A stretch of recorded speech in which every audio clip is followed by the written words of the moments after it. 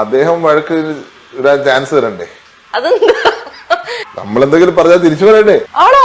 ഒന്നും പറയില്ല. മകനോടും അങ്ങനെ തന്നെയായിരുന്നോ? അങ്ങനെ വളരെ അതേ അക്കാര്യത്തിൽ ഞാൻ പറഞ്ഞ ഇന്നലെ സാന്ത്വന ദിനമായിട്ടാണ് ആചരിച്ചത്. എല്ലാരെയും ആശ്വസിപ്പിക്കാനാ അദ്ദേഹം നിൽക്കാറുള്ളൂ. ഒരാളുടെ അടുത്ത് അദ്ദേഹം മോശമായിട്ട് പെരുമാറിയോ ഒന്നും പറയോ. എന്നാലും നമ്മൾ ക്ഷമ പരീക്ഷിക്കുന്ന ചില സമയങ്ങൾ ഉണ്ടാവില്ലേ മക്കളാവുമ്പോ? അത് വളരെ റെയറസ്റ്റ് ഓഫ് റെയർ കേസസിൽ മാത്രമേ അദ്ദേഹത്തിന് ആരുടെയും ഗിഫ്റ്റ് മേടിക്കരുതെന്ന് പറഞ്ഞിട്ടുണ്ട്. കൊച്ചില് ആരെങ്കിലും ഒന്നും ചെയ്തിട്ടുണ്ടെങ്കിൽ അത് ഇഷ്ടപ്പെടുത്തില്ലായിരുന്നു. അതാണ്. പിന്നെ ചില പേഴ്സണൽ അത് വളരെ കുറവാണ്. വളരെ ദേഷ്യപ്പെട്ട് ചിലരോട് ദേഷ്യപ്പെടും. പക്ഷെ അതൊക്കെ ഒരു 0.001%. അത്രേ ഉള്ളൂ. അങ്ങനെയാണെങ്കിൽ അമ്മയോടോ? അമ്മയോട് നമുക്ക് വഴക്കുണ്ടാക്കാമല്ലോ. ഏറ്റവും ലേറ്റസ്റ്റ് ആയിട്ട് അമ്മയൊക്കെ ഉണ്ടാക്കിയ ഒരു അടി എന്തായിരുന്നു? അല്ല, അതാ അമ്മ ക്രിട്ടിസൈസ് ചെയ്യുമല്ലോ നമ്മുടെ ഓരോ കാര്യങ്ങൾ. അങ്ങനെ പറഞ്ഞുള്ള ഇതുള്ളൂ. ഒരു MLA ആയി ഇപ്പൊ ഞാൻ കുറച്ച് ഉത്തരവാദിത്തമുള്ള ഒരാളായി അങ്ങനെയൊക്കെയുള്ള ലൈനിലേക്ക് മാറിയോ? പിടിക്കാൻ പോവാ അങ്ങനെ. ഇത് ചേച്ചിമാരുടെ അടുത്തേക്ക് ചെല്ലുമ്പോഴോ? കുഴപ്പമില്ല. അങ്ങനെ ഈ അവരുടെ മക്കളൊക്കെ വരുമ്പോഴത്തേക്കും എങ്ങനെയാണ്? അവരുമായിട്ട് അടി ഉണ്ടാക്കുന്നത് എന്റെ ഹോബി. ഓ, അത് ശരി. അല്ല, ഇനിയിപ്പോ അതിനകത്തൊക്കെ മാറ്റം വരുത്തണം അങ്ങനെയുള്ള കാര്യങ്ങളൊക്കെ ആരെങ്കിലും പറഞ്ഞോ? അതൊന്നും വേണ്ട അല്ലേ? അവരിവിടെ തന്നെയുള്ള ആൾക്കാരുള്ളൂ. അവരോട് എന്താവല്ലോ അല്ലേ?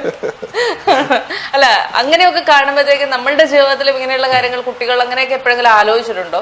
കുട്ടികളുണ്ടല്ലോ, ഇവരെല്ലാം കുട്ടികളല്ലേ. അല്ല, നമ്മുടെ ജീവിതത്തിലെ കുട്ടികളാണല്ലോ ഇവരൊക്കെ. അതെ അതെ അതെ, ആണല്ലോ.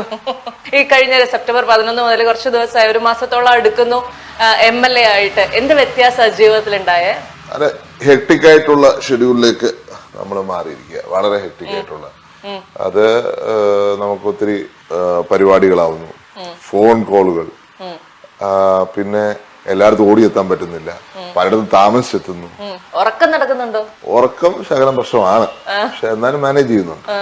നമ്മളിങ്ങനെ രാവിലെ 8 or 9 തുടങ്ങിയാൽ രാത്രി 12 തീർന്നുകൊണ്ടിരിക്കണേ.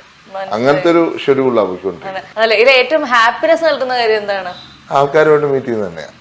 എല്ലായിടത്തും പോകുമ്പോഴും ആൾക്കാര് എല്ലായിടത്തും സെൽഫി കാരണം അനങ്ങാൻ മേലാത്ത ആൾക്കാരെല്ലാരും സ്നേഹം കൊണ്ട് പൊതിയുന്നു. അപ്പൊ അത് വളരെ ഹാപ്പി ആയിട്ടുള്ള സിറ്റുവേഷൻ തന്നെ. ആൾക്കാരുടെ സ്നേഹം.